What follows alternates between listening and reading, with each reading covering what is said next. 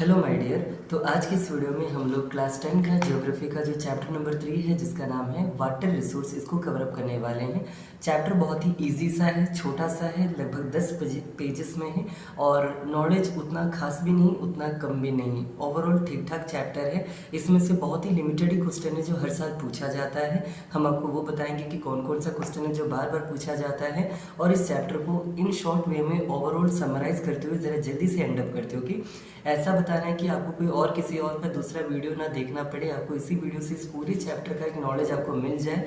और इसके जो नोट्स रहेंगे, जो मोस्ट इंपॉर्टेंट क्वेश्चंस रहेंगे इस चैप्टर के, हम क्या करेंगे अपने जो टेलीग्राम वाला पेज है कि क्लासेस, उसमें आपको डाल देंगे तो आप वहाँ से वो जाके देख सकते हो कि पीडीएफ्स। तो अभी इस वीडियो में इस कंप्लीट चैप्टर का लेक्चर कवर अप करते हैं, बहुत ही सिंपल वे में, शॉर्ट वे में, मोस्ट इंपॉर्टेंट वर्ड्स को बताते हुए। अब चलिए स्टार्ट करते हैं। सबसे पहले अगर आप इस चैप्टर के पहले पेज में आते हो, जिसे हम खोल रहे हैं, देखिएगा ये अपना पहला पेज है, हम ओपन करते हैं आपके सामने। एक मिनट बस। ये रहा फर्स्ट पेज जिसका नाम है वाटर रिसोर्स का। यहाँ पर एक पिंकी और चिंटू का कहानी दिया गया है। अगर आप पूछोगे पढ़ने लायक है तो बिल्कुल नहीं, लेकिन इसके नीचे इस पैराग्राफ के सबसे एंड में अगर आप आते हो तो यहाँ पर कुछ वर्ड्स लिखा गया है, जैसे कि क्या लिखे हम पढ़ रहे, सुनना। Due to seasonal variation and annual precipitation water scarcity is occurring. तो अगर आपसे पूछ दे पानी की कमी क्यों हो रही है तो उसका रीज़न है ड्यू टू सीजनल वेरिएशन, जो मौसम में जो बदलाव आता है, और जो एनुअल प्रेसिपिटेशन मतलब जो सालाना जो बारिश होती है, वार्षिक जो होती है, इसमें जो बदल रहा है, इसके कारण वाटर स्केर्सिटी हो रहा है। बस यही दो रीज़न है क्या? नो, और भी रीज़न है पानी की कमी के। वो कहाँ मिलेंगे तो नेक्स्ट पेज में आ जाइए। नेक्स्ट पेज में अगर आप ऊपर का लाइन पढ़ोगे, हमको नहीं समझ आ रहा है, सॉरी हम ये फ्रंट कैमरा से रिकॉर्ड कर रहे हैं इसलिए कि सेकंड पेज कौन सा है, हम एक बार देख लेते हैं। इस तरह ये वाला, ओके। इस वाले सेकंड पेज में आओगे, सबसे ऊपर में लिखा है that is called the over exploitation, मतलब हद से ज़्यादा उसका इस्तेमाल करना। और एक्सप्लोटेशन का मतलब होता है उसका क्या करना, शोषण करना। तो जो पानी का शोषण किया जाता है, या अनइक्वल एक्सेस ऑफ वाटर हो, या लार्ज पॉपुलेशन हो, this all are the reason for water scarcity. तो आपको ये पढ़ के जाना है कि पानी की कमी क्यों हो रही है। तो यहाँ 5 रीजन्स हमने आपको बता दिए, 5 रीजन्स। पहला 2 रीज़न बताए थे, change in variation of seasonal, second annual precipitation, third over exploitation, unequal access of water, and fifth is called over population या तो लार्ज पॉपुलेशन। ओके, तो this are the reason of water scarcity. तो पहला I hope आप समझ गए कि इस चैप्टर में क्या पढ़ना है। लेकिन मोस्ट इंपॉर्टेंट की बात करते हैं, अगर आप पूछोगे इस पूरे चैप्टर में सबसे इंपॉर्टेंट क्या है या तो क्या होता है, हर साल हर बार पूछा क्या जाता है, तो केवल 2 ही सवाल बार बार पूछा जाता है। सबसे पहला मैपिंग। अगर आप इस चैप्टर के बीचों बीच आते हैं, मतलब 10 पन्ना का चैप्टर है, आप पेज नंबर 5 और 6 के बीच में आ जाइए, 6 नंबर। ओके, देखिएगा हम 6 नंबर में आते हैं। ये रहा इंडिया का एक मैप दिया गया है, इसमें मेजर रिवर्स एंड डैम्स को रिप्रेजेंट किया गया है। लेकिन आपको रिवर्स का नाम नहीं पढ़ना, केवल डैम्स पढ़ के जाना है। तो इंडिया में जो 8 डैम्स है, मेजर डैम, आपको वो पढ़ के जाना है। जैसे कि सबसे पहला जम्मू एंड कश्मीर में सलाल प्रोजेक्ट आपको पढ़ के जाना है। दूसरा उसके नीचे आओगे तो उत्तराखंड का जो तेहरी डैम है, आपको ये पढ़ना है। देन हिमाचल प्रदेश का बाकरा नंगल डैम, आपको ये नाम पढ़ना है। राणा प्रताप सागर जो कि आपके राजस्थान में, आपको इसका नाम पढ़ना है। उसके नीचे आओगे तो नर्मदा सरोवर जो है गुजरात का, आपको ये नाम सुनना है। तुंगभद्रा जो कि आंध्र प्रदेश तेलंगाना के बीच में, आपको इसका नाम पढ़ना है। हीराकुड डैम जो कि आपके उड़ीसा में, आपको इसका नाम पढ़ना है। मतलब इस तरह आपको 8 डैम्स या तो 8 मल्टीपर्पज प्रोजेक्ट के नाम पढ़ना है इस चैप्टर में, जो कि मैपिंग से आ सकता है। Very important. ओके, सेकेंड चीज़ जो कि मोस्ट इंपॉर्टेंट है वो है आपका कंजर्वेशन। ओके, जरा एक बात सोचिएगा, रिसोर्स एंड डेवलपमेंट नाम का ज्योग्राफी का जो पहला चैप्टर था, वहाँ पर 2 सवाल है। पहला लैंड कंजर्वेशन की, ज़मीन को कैसे कैसे बचाया जा सके, और दूसरा सॉइल कंजर्वेशन की, सॉइल को कैसे कैसे बचाया जा सके। उसी तरह नेक्स्ट चैप्टर में आओगे जिसका नाम था फॉरेस्ट रिसोर्सेज, उसमें भी यही पढ़ना था कि फॉरेस्ट को कैसे कैसे आप कंजर्व कर सकते हो। और थर्ड चैप्टर जो भी हम लोग बात करें, इसमें भी यही पूछेगा कि वाटर कंजर्वेशन की, कैसे कैसे आप पानी को बचा के रख सकते हो, मतलब पानी को हम लोग कैसे कैसे बचा सकते हो। ओके, तो ये 3, आई होप आपको एक वर्ड समझ आ रहा होगा, कंजर्वेशन। इस वर्ड से क्वेश्चन जरूर बनेगा। तो आपको कौन से चैप्टर का कंजर्वेशन पूछेगा हमको भी आइडिया नहीं। जैसे कि अभी आगे आप पढ़ोगे मैन्युफैक्चरिंग इंडस्ट्री, वहाँ भी आप पढ़ोगे कि कैसे कैसे हमारा जो पोल्यूशन, एनवायरनमेंट खराब हो रहा है और कैसे कैसे इसको बचाया जा सके। तो कंजर्वेशन नाम का जो टर्म है ऑलमोस्ट ज्योग्राफी के सारे चैप्टर में आता है, तो आपको ये पढ़ के ही जाना है। एक और बात, रही बात मैपिंग की, तो ज़रा सोचिएगा, ज्योग्राफी से 3 मार्क का मैपिंग आएगा और हिस्ट्री से 2 मार्क का मैपिंग आएगा। और ये 2 मार्क जो है कंफर्म है कि आपका chapter number 2 nationalism in India से आएगा। जबकि ज्योग्राफी का जो 3 मार्क है ये कहाँ से आएगा किसी को कंफर्म नहीं, क्योंकि ज़रा सोचिएगा, पिछले साल एक चैप्टर था life line of Indian economic, मतलब इस बुक का जो लास्ट चैप्टर है, चैप्टर नंबर 7 ज्योग्राफी का लास्ट चैप्टर, उस चैप्टर से मैपिंग भी आ सकता था, लिखने वाला भी आ सकता था। और उसमें मैपिंग में क्या है, सी रूट, मतलब सी पोर्ट्स कहाँ कहाँ हैं, भारत के 10 सी पोर्ट्स के नाम, 10 बंदरगाहों के नाम और 6 एयरपोर्ट्स के नाम आपको पढ़ना था। लेकिन इस बार क्या है कि उस चैप्टर का जो नोट है वो सब डिलीटेड हो चुका है, केवल आपको मैपिंग पढ़ना है। मतलब चैप्टर नंबर 7 इस बुक का, जिसका नाम है life line of Indian economic, केवल मैपिंग आ रहा है। तो आप इस बात से समझ लीजिए कि आपको जो है क्या करना पड़ेगा, मैपिंग ही केवल उसमें से पूछेगा। रही बात, एक और चैप्टर है मिनरल्स एंड एनर्जी वाला, रिसोर्स नाम का चैप्टर, उसमें से आपको coal mining centre, 4 coal mining centre के नाम पढ़ना है, 5 आयरन फील्ड के नाम पढ़ना है, 6 ऑयल फील्ड के नाम पढ़ना है, 7 पावर प्लांट के नाम पढ़ना है। तो इस तरह वहाँ पर भी मैपिंग बहुत सारा है। देन मैन्युफैक्चरिंग इंडस्ट्री नाम के चैप्टर में सॉफ्टवेयर टेक्नोलॉजी पार्क कहाँ का है ये पढ़ोगे, कॉटन मिल्स कहाँ का है आप पढ़ोगे। तो इस तरह वहाँ भी आपको मैपिंग पढ़ना है। और इस चैप्टर में भी 8 डैम्स के नाम पढ़ना है। तो ये मैपिंग कहाँ से आएगा कोई नहीं कह सकता, आपको कंप्लीट मैपिंग पढ़ के जाना है। हम कंप्लीट मैपिंग का अलग से आपके लिए वीडियो भी बना देंगे। अभी बस इतना सुन लीजिए, इस चैप्टर का 2 मोस्ट इंपॉर्टेंट क्वेश्चन है। सबसे पहला, या तो मैपिंग आ सकता है या तो कंजर्वेशन करके ये सवाल पूछा जा सकता है। लेकिन इसके अलावा भी कुछ है क्या इस चैप्टर में, बिल्कुल है। जरा एक मिनट एक और चीज़ देखिएगा, हम वापस से पहले पेज पर आ रहे हैं। जैसे हम पहले पेज में आएंगे इस चैप्टर के, हम थोड़ा पीछे आ जाते जरा, एक मिनट बस देखिएगा। ये रहा, दोबारा हम फर्स्ट पेज में आए हैं। यहाँ पर अगर आप देखोगे तो आप यहाँ पर देख पाओगे, हमें यहाँ पर कुछ चीज़ें लिखा हुआ है। ओके, ये है क्या बेसिकली, यहाँ पर हम लिखेंगे इस कंप्लीट चैप्टर में ये कुछ टर्म्स है जो आपसे पूछेगा, जैसे या तो मैपिंग, या तो कंजर्वेशन, या तो तीसरा जिसको हम लोग कहते हैं रेन वाटर हार्वेस्टिंग। आपसे इससे सवाल पूछेगा कि रेन वाटर हार्वेस्टिंग क्या है, जिसको रूफ टॉप हार्वेस्टिंग भी कहते हैं, रेन वाटर हार्वेस्टिंग। या तो एक और सवाल है that is called multipurpose project, जिसको हम लोग उसके अंदर डैम्स नाम का टॉपिक आता है, आपसे उससे सवाल पूछेगा। जैसे कि या तो डैम्स के एडवांटेजेस आपसे पूछ लिया जाएगा, या तो डैम्स के डिसएडवांटेजेस भी आपसे पूछ लिया जाएगा। सेम क्वेश्चन मल्टीपर्पज प्रोजेक्ट जो होता है उसके बेनिफिट्स आपसे पूछ लिए जाएंगे, या तो उसके डीमेरिट्स आपसे पूछ लिया जाएगा। या तो मल्टीपर्पज प्रोजेक्ट को रोकने के लिए एनवायरमेंट एक्टिविस्ट लोगों ने कुछ आंदोलन किया था, उस आंदोलन का नाम बताइए। आपके एनसीईआरटी में 2 आंदोलन का नाम दिया है, नर्मदा बचाओ आंदोलन, तहरी बचाओ आंदोलन। तो इसमें से भी कोई भी पूछा जा सकता है, मतलब डिटेल में नहीं, ओवरऑल पूछा जाएगा। ओके, तो यही सब था। और एशियन टेक्नोलॉजी का नाम भी पूछ दिया जाएगा, जैसे पुराने ज़मानों में, आज से बहुत साल पहले, लाइक 2000 साल पहले की बात करते हैं, या तो 1500-800 साल पहले की बात कर रहे हैं। पहले हाइड्रोलिक स्ट्रक्चर हुआ करता था, जिस तरह पानी को यूटिलाइज करने के लिए अलग अलग राजा महाराजाओं ने कुछ चीज़ें बनाया था, उसका टॉपिक भी इसमें आता है, तो वो भी हम लोग देखेंगे। तो इन शॉर्ट कहा जाए, ज़्यादा लेंथी चैप्टर नहीं है, ओवरऑल ठीक ठाक नॉलेज है। अब पेज वाइज सबको ज़रा बताते चलते, बता दिए पहले पेज में ज़्यादा कुछ नहीं था, बस एक सवाल था वाटर स्कर्सिटी क्यों होता है, तो पहला और दूसरा पेज में इसका आंसर आपको दिया गया है। सेकेंड पेज में ज़रा वापस से आते हैं, ज़रा सुनिएगा। यहाँ पर एक बहुत ही अच्छा लाइन है, सेकेंड पेज में आओगे इस साइड में आपको मिलेगा इरिगेशन। इरिगेशन एक ऐसा तो सिंचाई जिसको कहते हैं, सिंचाई जो खेतों में जो पानी डाल के एग्रीकल्चर के लिए यूज़ किया जाता है। It is the most water consuming sector. सबसे ज़्यादा पानी कौन कंज्यूम करता है, तो आंसर है एग्रीकल्चर करता है। एग्रीकल्चर में भी क्या चीज़, तो इरिगेशन में सबसे ज़्यादा पानी लगता है। तो आपको ये सेकेंड पेज का ये वर्ड याद कर लेना है। नेक्स्ट थर्ड पेज में आपको यहाँ पर इंफॉर्मेशन है कि भारत में 22% जो हाइड्रो इलेक्ट्रिक प्रोजेक्ट्स होता है उसी से हम लोग, मतलब वाटर से ही ये मैनेज होता है। हाइड्रो का मतलब ही वाटर होता है, तो जितनी भी बिजली ये सब जनरेट होता है ये 22% हमारे वाटर से होता है। तो बस ये डेटा याद रख लीजिएगा। ओके, नेक्स्ट इसी के ऊपर में एक जो पैराग्राफ स्टार्ट होता है, वेरी इंपॉर्टेंट, ये एग्जाम में सीधा पूछ देगा। जैसे कि सवाल क्या है, पोस्ट इंडिपेंडेंस, आज़ादी के बाद इंडस्ट्रियलाइजेशन जो अर्बनाइजेशन जो होने लगा, जैसे कि शहरीकरण और ये इंडस्ट्रीज जो आने लगे, कारखाने और उद्योग जो बनने लगे, इससे वाटर रिसोर्स पर क्या असर पड़ा। तो आपको यही बताना है कि जब इंडस्ट्रीज आएंगे तो उसमें वाटर से बहुत ज़्यादा खर्चा होंगे और वाटर से फिर से वही वाटर का स्कर्सिटी होगा।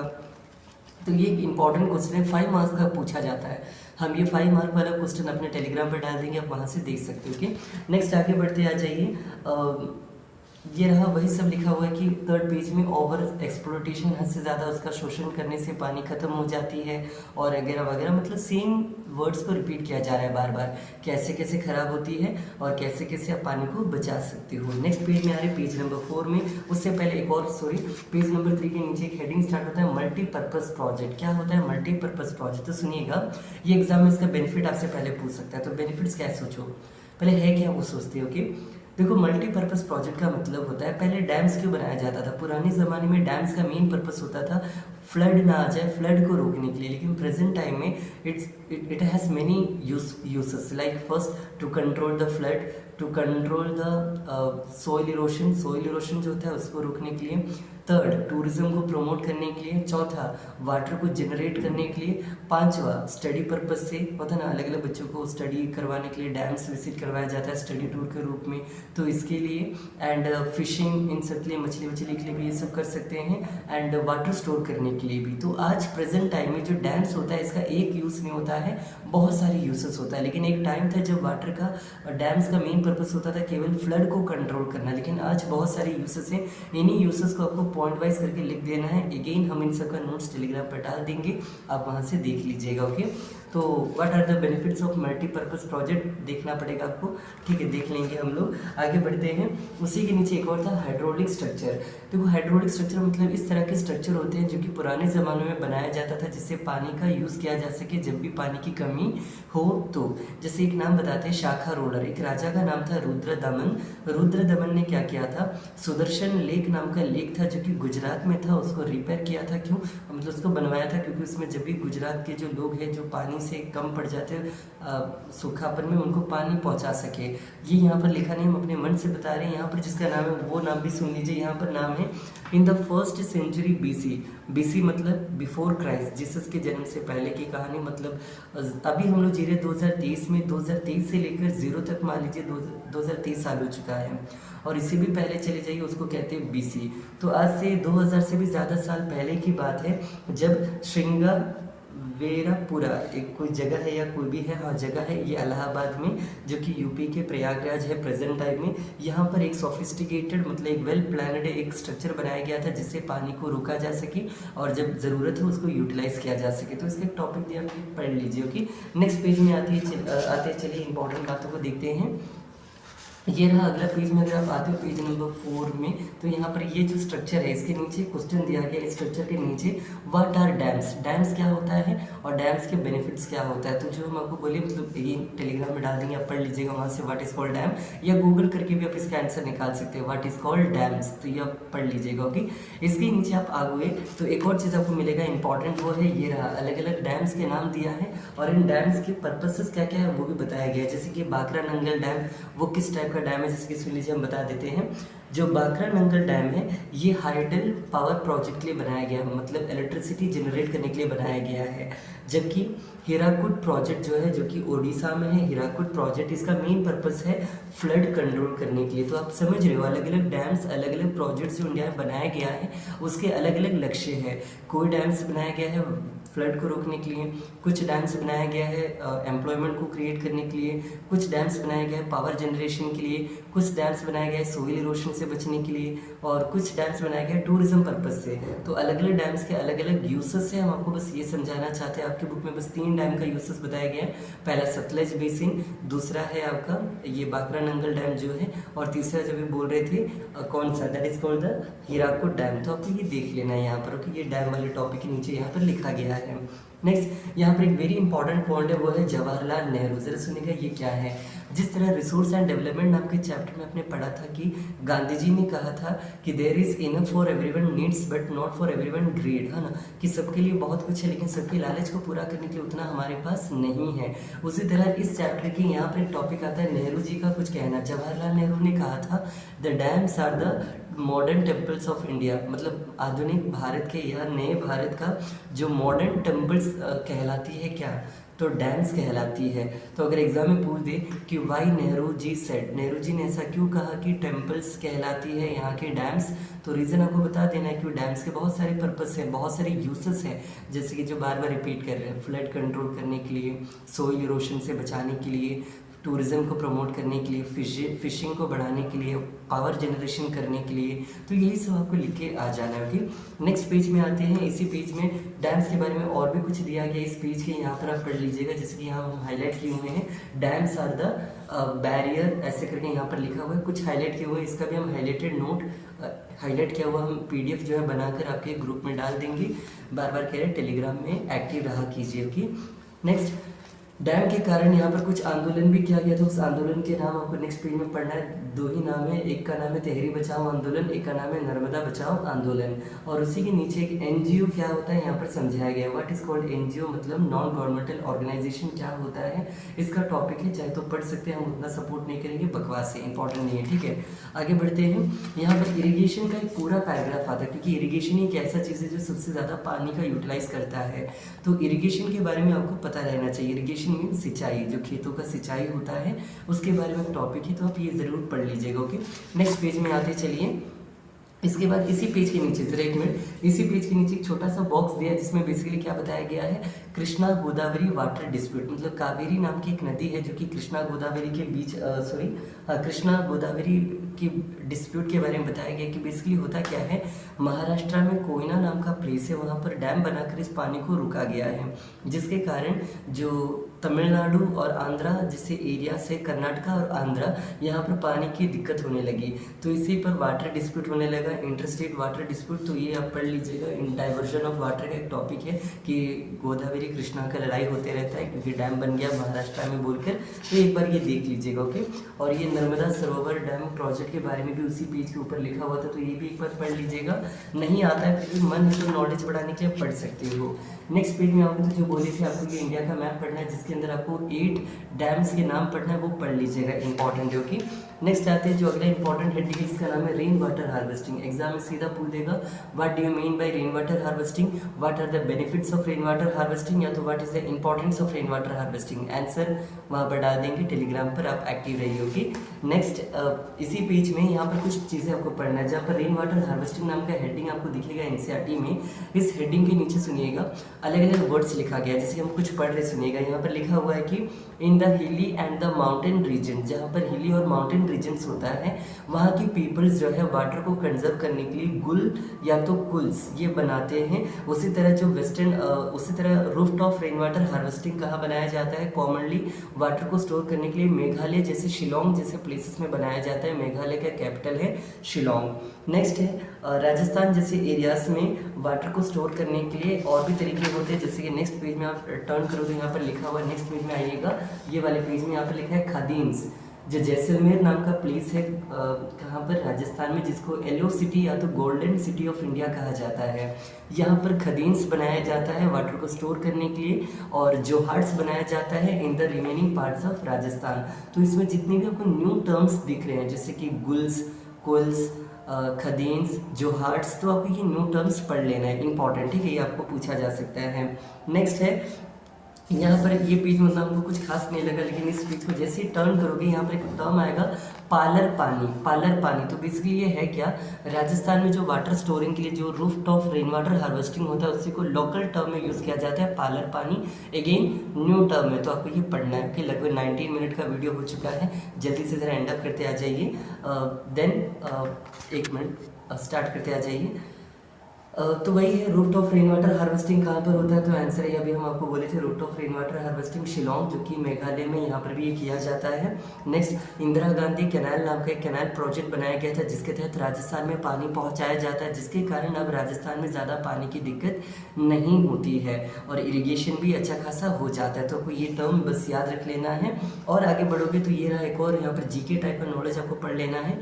तमिलनाडु इंडिया का पहला स्टेट बना है जहाँ पर क्या है, तो आंसर है वहाँ पर इंडिया का पहला स्टेट बन चुका है जहाँ पर compulsory rooftop rain water harvesting होता है। मतलब हर घर के वहाँ पर वो लोग रेन वाटर हार्वेस्टिंग का वो डिब्बा जो बक्सा टाइप होता है वो बनाते हैं और उसमें पानी को स्टोर करते हैं बारिश के महीने में, और जब बारिश का महीना खत्म हो जाता है तो उस पानी का यूटिलाइज करते हैं।